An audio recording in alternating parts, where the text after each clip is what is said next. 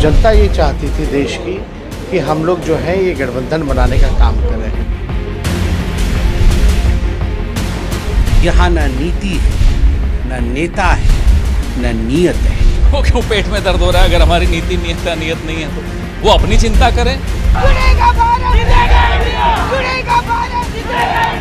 India गठबंधन का मतलब आज हमारे देश के संविधान को बचाना है। भारतीय जनता पार्टी देश से बाहर जाएगी। इनमें एकता ही नहीं है, इनमें कोई एजेंडा नहीं, इनका सिर्फ एक ही मकसद है, मोदी जी का विरोध। सारे नेता लट्ठम लट्ठा, मैं पीएम, तू नहीं, मैं यही करने वाले हैं।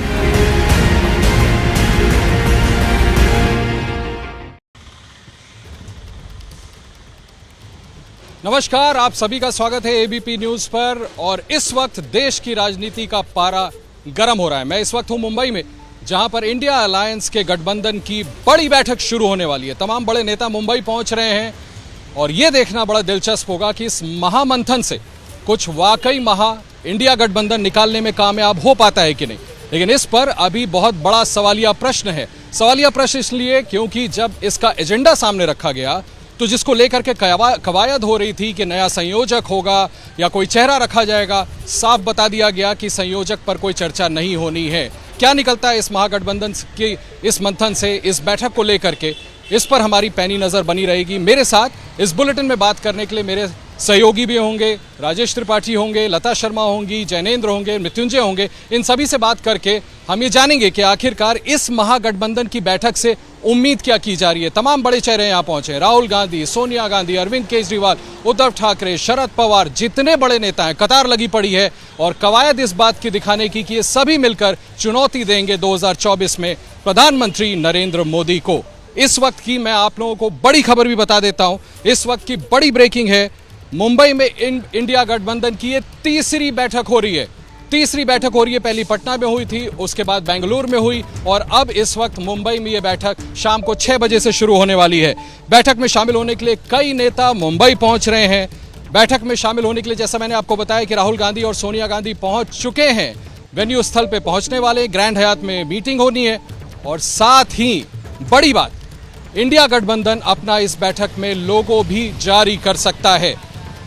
इन बड़ी बातों पर बात करने के लिए मैं अपने सहयोगियों के पास चलता हूं। राजेश त्रिपाठी मेरे साथ हैं। राजेश, आप बताएं कि इतने बड़े बड़े नेता यहाँ पहुंच रहे हैं, आप इस बैठक को फॉलो कर रहे हैं। मैं देख रहा था जगह जगह पोस्टर्स नजर आ रही हैं मुझे, लेकिन एनसीपी की कोई तस्वीरें नजर नहीं आ रही। ऐसा लग रहा है कि एनसीपी नदारत है। जी आशीष, ये हम शुरू से देख रहे हैं क्योंकि जब से ये तय हुआ था कि ये बैठक जो है होटल हयात में होगी, यहाँ पर लगातार मीटिंग का दौर चल रहा था, स्ट्रेटजी तैयार की जा रही थी, कैसे कार्यक्रम किया जाएगा, कैसे सारी व्यवस्थाएं की जाएगी। लेकिन कहीं पर भी एनसीपी नज़र नहीं आ रही थी। और आज जब ये बैठक शुरू हो गई है, कल भी होनी है, पूरे शहर में ना तो एनसीपी के पोस्टर दिख रहे हैं, ना ही उनके कार्यकर्ता जो है एक्टिव नजर आ रहे हैं। पवार साहब कल प्रेस कॉन्फ्रेंस में कह रहे थे कि मैं तो विपक्ष के साथ हूँ, कहीं एनसीपी पहली कैजुअलिटी तो नहीं हो सकती? बिल्कुल हो सकती है, क्योंकि पवार साहब की अगर हम बात करें तो जब से इंडिया की ये बैठक मुंबई में तय हुई, उसके बाद पवार साहब के कई बयान ऐसे आए हैं जिसको लेकर के कांग्रेस और उद्धव ठाकरे बहुत ही ज़्यादा चिंतित रहे हैं। कई बार कांग्रेस के जो आला अधिकारी हैं जो हैं वो जाकर के मातोश्री पर इस मुद्दे पर बैठक किए। संजय राउत जो उद्धव शिवसेना की तरफ से, उन्होंने बार बार शरद पवार कहा कि आप इस तरह के बयान न दें, जिसकी वजह से जो कार्यकर्ता हैं, जो पार्टी के लोग हैं, उनमें एक गलत मैसेज जा रहा है कि अगर एनसीपी हमारे साथ है तो फिर वो इस तरह से अजीत पवार को लेकर के इस तरह से बयानबाजी क्यों कर रहे हैं। तो एक उहापोह की स्थिति एनसीपी को लेकर के लगातार बनी हुई है और आज पूरे शहर में भी वही देखने को मिल रहा है। ना तो कार्यकर्ता एनसीपी के दिख रहे हैं, नहीं कोई पोस्टर, ना तो कोई ध्यान जा रहा था। राजेश, एक मिनट में लता आपसे भी बात करना चाहता हूँ। लता, मुझे ये बताइए कि इतने सारे नेता, बीजेपी गलत क्या कह रही है? बीजेपी कहते तो हर आदमी तो यहाँ प्रधानमंत्री बनना चाहता है, आम आदमी पार्टी, तृणमूल कांग्रेस के नेता कह रहे हैं राहुल गांधी हमारे नेता हैं, तो ये कॉन्ट्रडिक्शन नहीं है? जी, कॉन्ट्रडिक्शन बिल्कुल है, क्योंकि ये जो बात सामने आ रही है इसकी सिर्फ बात कही नहीं जा रही, लेकिन पोस्टरबाजी भी हो रही है। आशीष, जिस तरीके से मुंबई में आज कई जगहों पे जो टीएमसी है और जो एनसीपी है और जो अन्य कांग्रेस पार्टी है, उन्होंने अपने अपने नेता का पोस्टर लगाया है और कहा गया है कि पीएम के पद पे हम इन्हें देखना चाहते हैं, चाहे वो राहुल गांधी हो, चाहे वो ममता बनर्जी हो। लेकिन जब इसी बारे में नेताओं से पूछा जा रहा है तो वो कहीं ना कहीं दबे अक्षरों में जवाब दे रहे हैं कि हाँ, हमारी इच्छा तो जरूर है, लेकिन चेहरा इंडिया गठबंधन का होगा, चेहरा केवल वही होगा जो कई सारे ऑप्शन है। लेकिन यही है कि संयोजक ही नहीं तय कर पा रहे। जी सही बात है, संयोजक ही नहीं तय कर पा रहे और मन में कई सारी बातें जरूर। एक मिनट लाभ, हम सीधे चलते हैं मृत्युंजय के पास। मुझे बताया गया मृत्युंजय के साथ बहुत इंपॉर्टेंट गेस्ट है। मृत्युंजय प्लीज आप बात करें। जी बिल्कुल आशीष, मेरे साथ संजय निरुपम हैं जो कि पिछले 3 दिनों से लगातार मुंबई एयरपोर्ट पर हैं। वजह यही है कि तमाम जो राजनीति के सितारे हैं मुंबई आ रहे हैं, उनके अगुवाई की जिम्मेदारी निरुपम जी को दी गई थी। हम उनसे प्रतिक्रिया लेंगे। सभी सितारे आ गए हैं, नीतीश जी का आगमन होने जा रहा है, क्या एजेंडा तय होगा, कुछ बातें क्लियर हुई हैं, लोगो तय होगा और क्या कुछ होगा? देखिए, एजेंडा तो यही होगा कि हिंदुस्तान को बचाना है। हिंदुस्तान के जो बुनियादी मुद्दे हैं, गरीब लोगों की रोटी का प्रश्न, किसानों के अनाज के भाव का प्रश्न और मजदूरों की जिंदगी और उनके पूरी नौकरी का प्रश्न, इन्हीं मुद्दों के ऊपर एजेंडा होगा। और आज कल जो महत्वपूर्ण बैठक है 10 बजे से लेकर के दिन में 2 बजे तक, उस बैठक में इंडिया का एक एजेंडा घोषित होगा और एक कोऑर्डिनेशन कमेटी बनाई जाएगी और आने वाले 7 महीनों के अंदर इस भारत के स्वरूप को, विराट स्वरूप को इतना बड़ा बनाना है कि उसमें भारतीय जनता पार्टी कहीं एकदम नीचे दब जाएगी। कोई संयोजक और कोई चेहरा तय नहीं होगा? ये मुझे नहीं मालूम, जहां तक मेरी जानकारी हो सकता है मेरी जानकारी अधूरी हो अभी। शायद संयोजक की घोषणा इस मीटिंग में नहीं होगी, शायद आने वाले महीनों में हो सकती है। जी एक बड़ा डेवलपमेंट हुआ है, केंद्र सरकार ने एक विशेष सत्र बुलाया हुआ है 18 तारीख से लेकर 22 सितंबर तक का। किस तरह से देखते हैं इस सत्र को? अचानक से बुलाने का क्या तात्पर्य निकाला जाए? मालूम नहीं भारतीय जनता पार्टी यह राजनीतिक प्रपंच क्यों कर रही है, क्योंकि जिस दरमियान ये पार्लियामेंट का सेशन बुला रहे हैं, ठीक उसी दरमियान महाराष्ट्र में गणपति आते हैं और पूरा महाराष्ट्र धूमधाम से गणपति की पूजा में लीन हो जाता है। ऐसे में आप चाहते हैं कि गणपति की पूजा से लोगों का ध्यान भटकाया जाए, ये कौन सा हिंदुत्व है मुझे नहीं मालूम। ऐसा बताया जा रहा है कि कुछ 10 बिल आएंगे, 10 बिल लाए जा सकते हैं, 5 दिन का ये सत्र होगा। साथ ही साथ ध्यान दें कि ममता दीदी ने ये भी कहा कि चुनाव थोड़े पहले हो सकते हैं, दिसंबर तक चुनाव हो सकते हैं। क्या आप भी ऐसी संभावना देख रहे हैं? देखिए, अगर ममता दीदी ने जो एक बात कही है, अगर दिसंबर में चुनाव है तो निश्चित तौर पर पार्लियामेंट का ये सेशन कहीं ना कहीं बहुत मायने रखता है, क्योंकि तब सरकारों को वोट एंड अकाउंट लेना पड़ता है। यानी बजटरी सत्र के बीच में जो बजट का पूरा 1 साल का पीरियड होता है, उसके बीच में पार्लियामेंट से पैसा खर्चा करने के लिए परमिशन लेना पड़ता है। तो अभी चूंकि मोदी जी को बहुत सारे उद्घाटन करने होंगे, बहुत सारी रेवड़ियां बांटनी होगी, तो रेवड़ियां बांटने के लिए वो चाहेंगे कि नवंबर दिसंबर में जब चुनाव है तो उससे पहले पार्लियामेंट का अनुमति लेकर, उनका परमिशन लेकर के पार्लियामेंट का वो बहुत सारी घोषणाएं करें।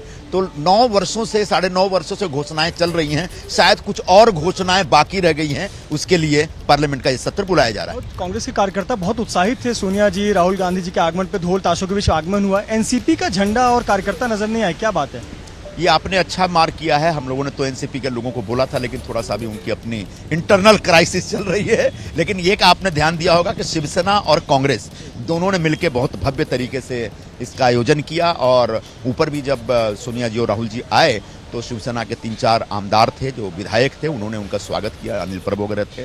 तो निश्चित तौर पर 2 पार्टियों का जो मनोमिलन है वो तो बहुत मजबूती से हो गया है। उसमें एनसीपी भी शामिल है, लेकिन कार्यकर्ता थोड़ा इधर उधर बिखरे हुए हैं। आने वाले दिनों में आदरणीय शरद पवार जी उसको भी ठीक कर लेंगे। बहुत बहुत शुक्रिया हमसे बात करने के लिए निरुपम जी, जिन्होंने बहुत महत्वपूर्ण बात कही। तो आप सबों का स्वागत है और हम लगातार बात कर रहे हैं इंडिया गठबंधन के इस महामंथन की जो इस वक्त मुंबई में चल रही है। और बड़ा दिलचस्प है कि अभी अभी मुझे मेरी सहयोगी लता ने बताया कि लालू यादव अपने बेटे तेजस्वी के साथ बाकायदा सिद्धिविनायक मंदिर से सुबह सुबह दर्शन करके आए, आशीर्वाद लेकर के। उसके बाद यहां बैठक में शामिल होने के लिए पहुंच रहे हैं। एक एक करके तमाम नेता यहां पहुंच रहे हैं। अब से थोड़ी देर पहले राहुल गांधी, अपनी मां सोनिया गांधी और कांग्रेस अध्यक्ष मल्लिकार्जुन खड़गे के साथ यहां पहुंचे हैं। नीतीश कुमार शाम को पहुंचने वाले हैं, हेमंत सोरेन शाम तक पहुंचने वाले हैं। इसके अलावा पहले से यहां पर उद्धव ठाकरे, शरद पवार, तमाम बड़े नेता यहां पर मौजूद है। अरविंद केजरीवाल संभवतः शाम तक पहुंच जाएंगे। राघव चड्ढा पहले से यहां पर मौजूद है। ममता बनर्जी एक दिन पहले से यहां पर मौजूद है। तो पूरा माहौल बन रहा है, स्टेज सज चुका है इंडिया गठबंधन की इस महामंथन का। आज इनफॉर्मल मीटिंग होनी है शाम को और उसके बाद कल होगी वो महत्वपूर्ण बैठक जिसमें तमाम जटिल मुद्दों को भी सामने रखा जाएगा। उन मुद्दों को सामने रखा जाएगा जो एजेंडा में शामिल किए गए हैं। क्या है एजेंडा में, ये बड़ी खबर अब मैं आपको बताता हूं। पहले हम देख लेते हैं आखिर एजेंडा में क्या है। बैठक का एजेंडा मैं आपको बताता हूं। 4 अहम मुद्दों पर बैठक में बात होगी। पहली, इंडिया के लोगों पर मोहर लगेगी। दूसरी, कोऑर्डिनेशन कमेटी का गठन होगा। तीसरा, 5 से 10 प्रवक्ताओं के नाम तय किए जाएंगे। मीडिया और सोशल मीडिया टीम बनेगी। एक बार फिर से दोहरा देता हूं, एजेंडा में क्या है। एजेंडा में है इंडिया के लोगों पर मुहर लगेगी, कोऑर्डिनेशन कमेटी का गठन होगा, 5 से 10 प्रवक्ताओं के नाम तय होंगे, मीडिया और सोशल मीडिया टीम बनेगी। हालांकि फिर ध्यान आकर्षित करता हूं, संयोजक का नाम तय नहीं होगा, कम से कम एजेंडा के मुताबिक ये कहा जा रहा है। लता, आप बताइए मुझे कि एजेंडा में आपको क्या लगता है, संयोजक का नाम गायब कर देना, इन सभी मुद्दों से क्या हासिल होने वाला? जी, हालांकि ये बात गौर करने लायक है कि सीट बंटवारे पर भी बात हो सकती है और संयोजक के बारे में भी अंदरूनी बात हो सकती है, क्योंकि जो प्रेस कॉन्फ्रेंस लिया गया था शरद पवार की तरफ से, तब उन्होंने हिंट जरूर दिया था कि सीट बंटवारे पर बात हो सकती है। बड़ी खबर दे रही हैं आप, यानी सीट बंटवारे पर और संयोजक पर चर्चा हो सकती है, अनाउंसमेंट भले ना हो। जी, अनाउंसमेंट भले ना हो, क्योंकि ये तीसरी बैठक है आशीष, और मुंबई में ये बैठक हो रही है। इसके पीछे भी एक वजह है, जिस तरीके से लोकसभा की जो सीटें हैं उसमें से अधिकतर मेजर स्टेट जो सीटों में है वो है उत्तर प्रदेश, और उसके बाद महाराष्ट्र आता है जो कि 48 सीट्स हैं। इसी कारण से महाराष्ट्र में बैठक हो रही है, और तीसरी बैठक में जो जितने दल की संख्या शामिल हुए हैं, पहली बैठक में 16 पार्टीज थी और अब 28 पार्टीज एक साथ गठबंधन में आई है। तो इसी कारण से हो सकता है कि अंदरूनी बात इनकी इस बारे में चर्चा जरूर हो कि मैं इस बारे में आपसे आगे बात करूंगा। जयनेंद्र के पास चलना चाहूंगा मैं। जयनेंद्र, आप सुन सकते हैं मुझे? बिल्कुल बिल्कुल जयनेंद्र, आप सुन सकते हैं मुझे? तो मैं आपसे जयनेंद्र ये बताइए, एजेंडा क्या रहने वाला है? देखिए, ये 4 एजेंडे तो मैंने रीड आउट कर दिए हैं। आपको क्या लगता है, जैसा लता कह रही थी, संयोजक को लेकर के चर्चा हो सकती है, सीट बंटवारे को लेकर चर्चा हो सकती है। मुझे याद है बेंगलोर में मैं और आप साथ कवर कर रहे थे, हमें ये जानकारी मिली थी कि अरविंद केजरीवाल ने ये कहा था जल्द से जल्द सीट शेयरिंग पे बात शुरू करिए वरना बहुत देर हो जाएगा। आप जरा प्रकाश डालिए, होना क्या है, तैयारी क्या है? देखिए आशीष जी, अगर हम सीक्वेंस में देखें तो पटना में सभी दल साथ आए और एकजुटता का संकल्प लिया। बेंगलुरु में इस गठबंधन का नाम दिया गया और अब मुंबई में उससे आगे की बात होगी। गठबंधन का जो पूरा स्वरूप होगा, आने वाले दिनों में आंदोलन होने हैं, रैलियां होनी है, उसको लेकर के एक समन्वय समिति बनाई जाएगी 11 लोगों की। और इसके अलावा एक बड़ी झलक जो एजेंडे की कॉपी से मिली है वो ये है कि इंडिया अलायंस जो है वो आगे की लड़ाई बिल्कुल साझा लड़ने वाली है। 5 से 10 प्रवक्ता तय किए जाएंगे जो इंडिया गठबंधन की तरफ से बयान देंगे। इसके अलावा रिसर्च टीम बनाई जाएगी और सोशल मीडिया टीम बनाई जाएगी, मीडिया टीम बनाई जाएगी। तो आगे की जो रणनीति है, चाहे वो सड़क की लड़ाई हो, रैलियां हो, सोशल मीडिया की लड़ाई हो, इन सब को लेकर के टीम बनाई जाएगी। लेकिन 2 जो अहम सवाल है, पहला संयोजक का और दूसरा सीट शेयरिंग का, इसको लेकर के इस बैठक में जो फिलहाल एजेंडा है उसमें तो शामिल नहीं है। लेकिन निश्चित तौर पर जब 28 पार्टियों के नेता साथ बैठेंगे, निश्चित तौर पर सीट शेयरिंग जल्दी पर इस पर चर्चा निश्चित तौर पर इस पर चर्चा होगी। संयोजक का जो मुद्दा है वो एजेंडे में शामिल नहीं है, लेकिन अगर कुछ नेता जो चाहते हैं कि गठबंधन का एक संयोजक हो, एक चेहरा हो, वो अगर प्रस्तावित करते हैं तो निश्चित तौर पर संयोजक के नाम पर भी चर्चा संभव है। जी आशीष। ठीक है जयनेंद्र, आज इंडिया गठबंधन की तीसरी बैठक है और मैं और मेरे सहयोगी इस वक्त आपको सेंटा क्रूज में, मुंबई में सेंटा क्रूज के उसी ग्रैंड हायत होटल के बाहर से ये महा कवरेज दिखा रहे हैं जो हम मुंबई में इंडिया गठबंधन के महामंथन पर आपको लगातार दिखा रहे हैं। ऐसा नहीं है कि इंडिया गठबंधन सिर्फ यहाँ पर रोजी पिक्चर लेकर के बैठा है, ऐसा नहीं है कि उनके पास वो सारे मुद्दे हैं जिस पर मीटिंग ऑफ माइंड्स है। चुनौतियाँ भी बहुत है, कॉन्ट्रडिक्शंस भी बहुत हैं जिसका समाधान ढूंढना इतना आसान नहीं होगा। ये चुनौतियाँ क्या हैं? इन चुनौतियों को हर राज्य में इंडिया गठबंधन की जितनी भी पार्टियां हैं वो झेल रही हैं। इन चुनौतियों से कैसे निपटेगा गठबंधन? कई जगह आपसी दलों में ऐसे कॉन्ट्रडिक्शंस है जहां एक दूसरे के साथ मिलकर लड़ेंगे कैसे, सीट शेयरिंग कैसे करेंगे। मैं सीधे चलता हूं मृत्युंजय से, इस पर बात करना चाहूंगा। मृत्युंजय, अगर आप मुझे सुन पा रहे हैं, आप लंबे समय से जो पॉलिटिक्स है, चाहे आपके स्टेट महाराष्ट्र की हो चाहे इंडिया की हो, उसको लगातार कवर करते रहे हैं। आप इस महागठबंधन की बैठक को कैसे देखते हैं? ये इंडिया गठबंधन में इतनी चुनौतियां जो हैं उसको वो कैसे निपटेंगे, उसका सलूशन कैसे निकलेगा? देखिए, निश्चित तौर पर चुनौतियां जो हैं वो हर मुद्दे पर और हर कदम पर हैं, चाहे वो संयोजक चुनने को लेकर हो, चाहे एक वरिष्ठ चेहरा चुनने को लेकर हो, चाहे अभी जो सीट शेयरिंग की बात आएगी, ये तो बहुत बड़ी चुनौती है। जिन राज्यों में एक दूसरे की पार्टियां खिलाफ हैं वो अब एक मंच पर सामने आई हैं।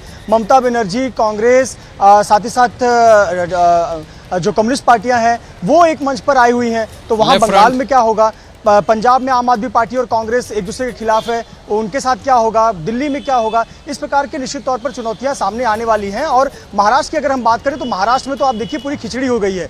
एनसीपी किसके साथ है समझ ही नहीं आता। शरद पवार कल कह रहे थे कि मैं पूरी तरह से विपक्ष के साथ हूं और आज उनके एक झंडा नजर नहीं आया। इतने नेता आए, मेजबान है यहाँ एमवीए महाराष्ट्र विकास आघाड़ी, लेकिन एनसीपी का आपको एक भी नेता और एक भी कार्यकर्ता झंडा लेकर नजर नहीं आया। तो क्या ये मैसेज क्या जाता है? तो महाराष्ट्र में तो खिचड़ी हो चुकी है, शिवसेना 2 भागों में बट गई है। तो शिवसेना कितने सीटों पर लड़ेगी?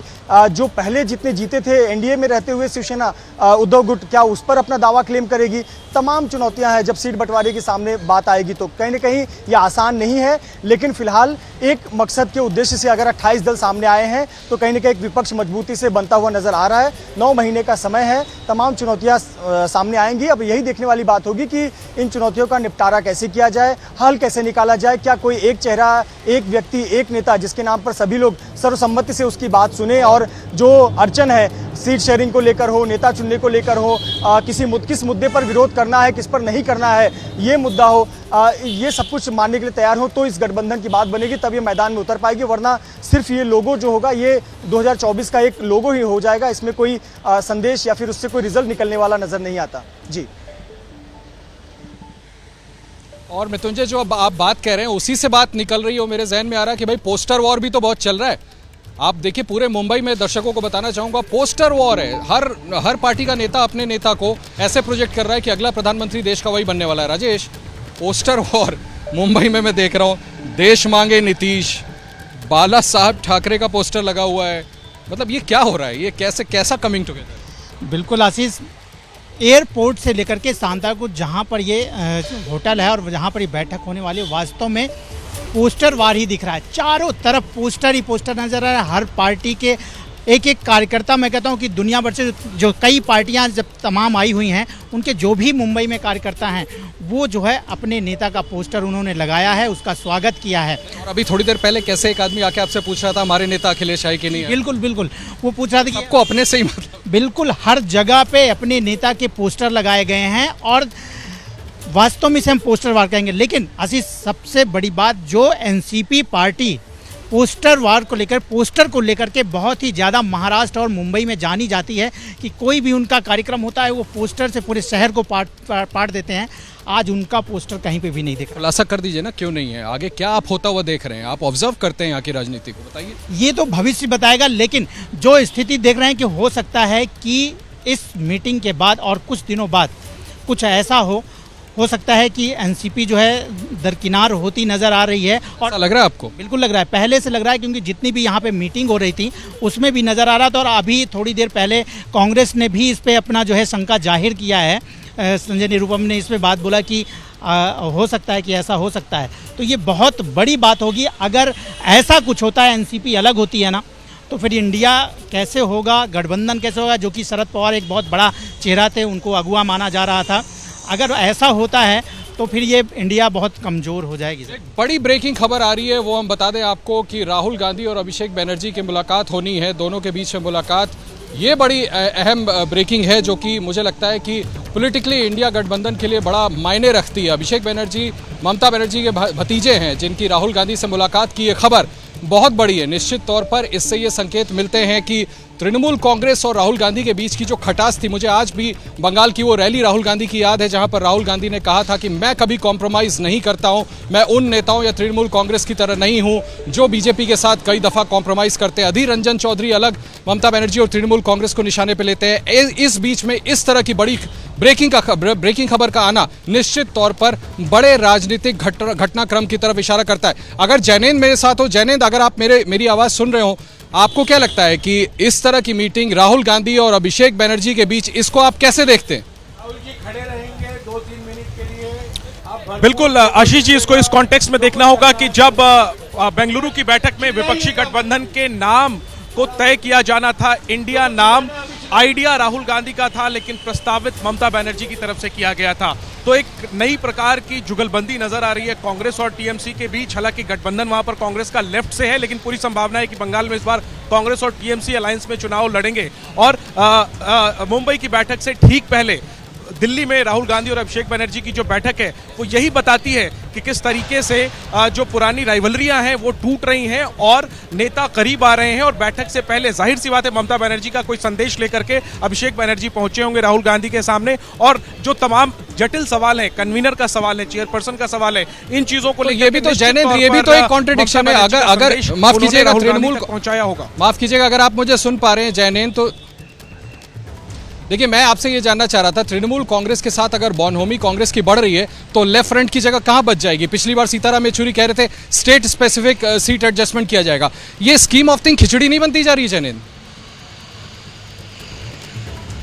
बिल्कुल, देखिए आशीष जी, ये बहुत जटिल है ये मामला, क्योंकि केरल में कांग्रेस और लेफ्ट आमने सामने हैं, त्रिपुरा में उनका गठबंधन है, बंगाल में उनका गठबंधन है, लेकिन पिछली बार कांग्रेस लेफ्ट के गठबंधन से कोई फर्क नहीं पड़ा था। लड़ाई टीएमसी वर्सेस बीजेपी हो गई थी और दोनों ने आधी आधी सीटें बांट ली थी। इस बार ऐसा ना हो, बीजेपी को मिनिमाइज करने की पूरी रणनीति है ये इंडिया की, और इसी वजह से देखना होगा कि ये नए समीकरण कैसे बनते हैं। आम आदमी पार्टी और कांग्रेस का अलायंस कैसे बनता है बंगाल में? चलिए टीएमसी और कांग्रेस का अलायंस तो संभव है, लेकिन फिर उसमें लेफ्ट की जगह कितनी बचती है? तो बड़े जटिल सवाल है, और ये तभी इसकी गुत्थी सुलझेगी जब नेता साथ बैठेंगे। सीताराम और राहुल गांधी की जो दोस्ती है उसके बारे में बिल्कुल जैनेंद्र, हम लौटेंगे बड़ी खबर के साथ। अब से कुछ ही देर में बैठक शुरू होने वाली है इंडिया गठबंधन की, जो कि शाम में पहले इनफॉर्मल मीटिंग और उसके बाद वो डिनर है जो उद्धव ठाकरे ने इंडिया गठबंधन के तमाम नेताओं को दिया है। बड़ा मंथन होना है मुंबई में, जहां पर हम लगातार आपको उसी ग्रैंड हयात होटल से ये कवरेज अपने सभी सहयोगियों के साथ दिखा रहे हैं। इंडिया गठबंधन का जोश हाई है और बहुत जमकर इस बात का ताल ठोक कर दावा किया जा रहा है कि इंडिया गठबंधन नरेंद्र मोदी प्रधानमंत्री को चुनौती देने वाला है। और सिर्फ यही नहीं, इंडिया गठबंधन के तमाम नेता बीजेपी को अपने निशाने पर ले रहे हैं। आइए हम सुनते हैं इंडिया गठबंधन की तरफ से क्या कुछ कहा गया है। पूरे देश की जनता को भरोसा है कि ये गठबंधन तैयार होगा और भारतीय जनता पार्टी देश से बाहर जाएगी। तो जरूरी है कि दावेदारी करें। कई बार नहीं दावेदारी करते तब भी चीज मिल जाती है, कई बार दावेदारी करने पर भी कुछ नहीं मिलता। जनता की मांग पर, और जनता ये चाहती थी देश की कि हम लोग जो है ये गठबंधन बनाने का काम करें, तो हम लोग सब मिलकर के जो है चुनाव लड़ने की जो तैयारी होगी उस पर हम लोग बात करेंगे। इंडिया गठबंधन का मतलब आज हमारे देश के संविधान को बचाना है, देश का चरित्र जो एक धर्मनिरपेक्ष जनतंत्र का गणराज्य जो है उसको बचाना है। दुर्भाग्यपूर्ण स्थितियों से भारत को बचाने और निकालने के लिए हम लोग इंडिया गठबंधन में शामिल हुए और अरविंद केजरीवाल जी का मकसद बहुत साफ है, देश को बचाना। प्रधानमंत्री बनना उनका मकसद नहीं। अरे इस बैठक को लेकर के सिर्फ ऐसा नहीं है कि इंडिया का गठबंधन बीजेपी पर हमला बोल रहा है, बीजेपी के नेता इंडिया पर भी पलटवार कर रहे हैं। और सिर्फ यही नहीं, अकाली दल ने इंडिया गठबंधन पर, खास करके कांग्रेस और आम आदमी पार्टी पर पंजाब की अनदेखी करने का भी आरोप लगाया है। सुनिए आप खुद उन्होंने क्या बोला। है न नेता है, न नीयत है, न सूत न कपास, जुलाहों में लट्ठम लट्ठा। देश जानना चाह रहा है कि आपका एजेंडा क्या है, आपका मुख्य अपना सीएम पीएम कैंडिडेट कौन है, का बाकी जो है देश को आप आगे कैसे ले जाएंगे, उसके एजेंडे क्या है। बिहार के लोकतंत्र की धरती पर जिनका अपना अस्तित्व और ठिकाना नहीं, वो चले हैं देश के प्रधानमंत्री बनाने। अभी तक यह जो घमंडिया गठबंधन है, इसके 6 दलों के प्रधानमंत्री पद के उम्मीदवार मैदान में आ चुके हैं, 22 दलों के अभी आना बाकी है। ਜਿਹੜੀਆਂ ਉੱਤੇ ਗੱਠਜੋੜ ਹੋ ਰਹੇ ਹੈ ਪੰਜਾਬ ਨਾਲ ਉਹਨਾਂ ਨੇ ਕਈ ਬਹੁਤ ਨੁਕਸਾਨ ਕੀਤਾ ਹੈ, ਜਿਵੇਂ ਕਾਂਗਰਸ ਨੇ ਸਭ ਤੋਂ ਵੱਡਾ ਨੁਕਸਾਨ ਪੰਜਾਬ ਦਾ ਕੀਤਾ ਹੈ। वार पलटवार के इन मुद्दों का मतलब क्या, आखिर ये किस दिशा में आगे बढ़ रहा है, किस और राजनीतिक निष्कर्ष निकलेगा? लता आप बताइए, वार पलटवार बीजेपी इंडिया गठबंधन पर, इंडिया गठबंधन बीजेपी पर, जनता किससे कन्विंस होगी? जी, जनता तो जो काम कर रहा है उसी से कन्विंस होती है, क्योंकि ये तो हम सभी देखते हैं। लेकिन बीजेपी के राष्ट्रीय प्रवक्ता जो है संबित पात्रा, उन्होंने आज एक इंडिया गठबंधन को नया गठबंधन का नाम दिया है, जो कि है घमंडिया गठबंधन। उनका ये कहना है कि अभी ये यूनिटी के साथ काम जरूर कर रहे हैं, लेकिन एक वक्त के बाद इनकी यूनिटी टूटेगी और आपस में ये लड़ेंगे और झगड़ेंगे, ऐसा आरोप बीजेपी कर रही है। हालांकि जो इंडिया गठबंधन के पार्टी के जो नेता है, वरिष्ठ नेता है, उनका ये कहना है कि हम बीजेपी को तोड़ने के लिए, बीजेपी का जो एकमात्र चेहरा है है मोदी जी को प्रधानमंत्री पद से हटाने के लिए हम ये गठबंधन कर रहे हैं। लेकिन इस वार पलटवार में जो बीजेपी की तरफ से कई बातें कही गई हैं, जैसे कि कॉमन मिनिमम प्रोग्राम उन्होंने कहा है कि इसमें जो सभी नेता हैं, जो 28 दल अब शामिल है, वो प्रॉफिट ज़्यादा कमाना चाहते हैं और एफर्ट काफ़ी कम लगाना चाहते हैं, मिनिमम प्रोग्राम के साथ मैक्सिमम प्रॉफिट कमाना चाहते हैं। तो ये वार पलटवार कहीं ना कहीं टेक्निकल भी जा रहा है, क्योंकि जिस तरीके से पार्टीज काफ़ी ज़्यादा है और एक तरफ बीजेपी है, एनडीए है और एक तरफ इंडिया है, तो इसी बीच घमंडिया गठबंधन और इंडिया गठबंधन, ये जो नाम है, आपस में टकरा रहे हैं। बड़े थ्रिलिंग टाइम्स है। एक तरफ मैं इसको थोड़ा स्पोर्ट्स से भी कनेक्ट कर देता हूँ, एशिया कप, आने वाला वर्ल्ड कप, और इस दौरान इंडिया बनाम एनडीए देखने में बड़ा दिलचस्प है। हम इस वक्त मुंबई से लगातार इंडिया गठबंधन के इस बैठक को आप तक पहुंचा रहे हैं। तमाम बड़े नेता यहाँ एक एक करके पहुंच रहे हैं। वार पलटवार, कॉन्ट्रडिक्शंस, क्या मुद्दे सामने एक एक करके मेरे सहयोगी आपके सामने रख रहे हैं। अब आपको दिखाते हैं आदित्य ठाकरे ने आज प्रेस कॉन्फ्रेंस करके बीजेपी पर कैसे हमला बोला। हर एक बैठक में अगर आप देखें, हर एक मीटिंग में देखें, तो सारे लोग हमारे साथ जुड़ रहे हैं, आगे आ रहे हैं। हमारी लड़ाई तानाशाही के खिलाफ है, हमारी लड़ाई जो संविधान बदलना चाहते हैं देश के, उसके खिलाफ है। लोग साथ में आ रहे हैं, लोग इकट्ठे आ रहे हैं और देश में बदलाव होगा, ये हमें पूरी तरह से यकीन है। इंडिया गठबंधन की इस बैठक से पहले आज बीजेपी ने भी यहाँ पर बड़ा प्रदर्शन किया है। मुंबई में बीजेपी के युवा विंग ने बड़ा प्रदर्शन किया है, युवा मोर्चा ने यहाँ पर बड़ा प्रदर्शन किया है। राहुल गांधी के खिलाफ बीजेपी की तरफ से, उनके युवा मोर्चा की तरफ से ये बड़ा प्रदर्शन किया गया। ये इस वक्त की बड़ी ब्रेकिंग हम आपको बता रहे हैं। इंडिया गठबंधन पर सीधा हमला किया बीजेपी ने और उनके युवा मोर्चा ने सीधे राहुल गांधी के खिलाफ बड़ा प्रदर्शन किया है। सावरकर पर दिए बयान को लेकर के राहुल गांधी ने, आपको याद होगा, राहुल गांधी ने कहा था मैं सावरकर नहीं हूं, माफी नहीं मांगता। उसको लेकर के, उस बयान को लेकर के राहुल गांधी के खिलाफ बीजेपी के युवा मोर्चा ने आज इंडिया गठबंधन और राहुल गांधी के खिलाफ मुंबई में बड़ा प्रदर्शन किया है, बड़ा विरोध प्रदर्शन किया है। थोड़ी देर में राहुल गांधी प्रेस कॉन्फ्रेंस भी करने वाले हैं, आपको बता दें। थोड़ी देर में राहुल गांधी प्रेस कॉन्फ्रेंस भी करने वाले हैं। मैं सीधे जैनेंद्र आपसे बात करना चाहता हूं। राहुल गांधी का आपको वो बयान याद होगा जब राहुल गांधी ने कहा था मैं सावरकर नहीं हूं, मैं माफी नहीं मांगता, मैं गांधी हूं। आज उनके खिलाफ बड़ा प्रदर्शन किया, उनके जरिए पूरे इंडिया गठबंधन को बीजेपी ने निशाने पर ले लिया। कैसे देखते हैं आप इसको? बिल्कुल, और सावरकर को लेकर के अलग सेंटिमेंट है महाराष्ट्र में, और राहुल गांधी के जो विचार हैं वो काफ़ी कठोर हमला करते रहे हैं। और ऐसे में जाहिर से सी बात है, बीजेपी को मौका हमेशा मिलता है राहुल गांधी पर निशाना साधने के लिए। और महाराष्ट्र की पॉलिटिक्स में सावरकर बड़े अहम है, और सावरकर अहम है शिवसेना के लिए भी, उद्धव गुट की शिवसेना के लिए भी, जो कांग्रेस के साथ गठबंधन में है। जाहिर सी बात है, एक तीर से दो निशाने राहुल गांधी के साथ साथ राहुल गांधी पर के खिलाफ प्रदर्शन के जरिए कांग्रेस के साथ साथ उद्धव ठाकरे पर भी निशाना साधने की कोशिश और सेंटिमेंट को अपने पक्ष में करने की कोशिश है। ये बीजेपी की इंडिया गठबंधन की तीसरी बैठक है, देश भर की नजरें हैं राहुल गांधी समेत तमाम बड़े चेहरे विपक्ष के यहाँ पर पहुंचे हुए, और ऐसे में बीजेपी ने मौके का इस्तेमाल किया है और सियासत को साधने के लिए सावरकर के मुद्दे पर राहुल गांधी के खिलाफ प्रदर्शन किया है। और आशीष बस जैनेंद्र एक रिएक्शन में मृत्युंजय से भी लेना चाहता हूँ। जी मृत्युंजय, मैं आपसे एक रिएक्शन लेना चाहता हूं। मृत्युंजय, मुझे ये बताइए कि बीजेपी यहां पर जिस तरह से युवा मोर्चा ने प्रदर्शन किया है राहुल गांधी के खिलाफ, सावरकर को लेकर के, आपको लगता है उसका राजनीतिक असर होगा? बीजेपी इससे नुकसान पहुंचा सकेगी राहुल गांधी और इंडिया गठबंधन को राजनीतिक तौर पर?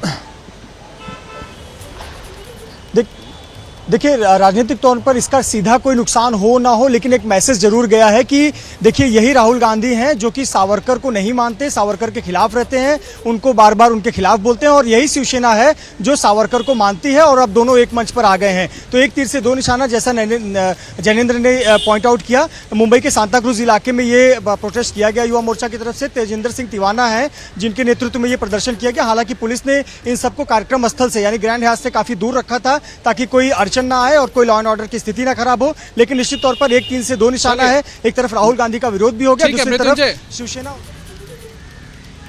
ठीक है मृत्युंजय, सावरकर के बहाने इंडिया गठबंधन और राहुल गांधी को निशाने पर लेने की कोशिश। मेरे साथ बुलेटिन यहीं तक।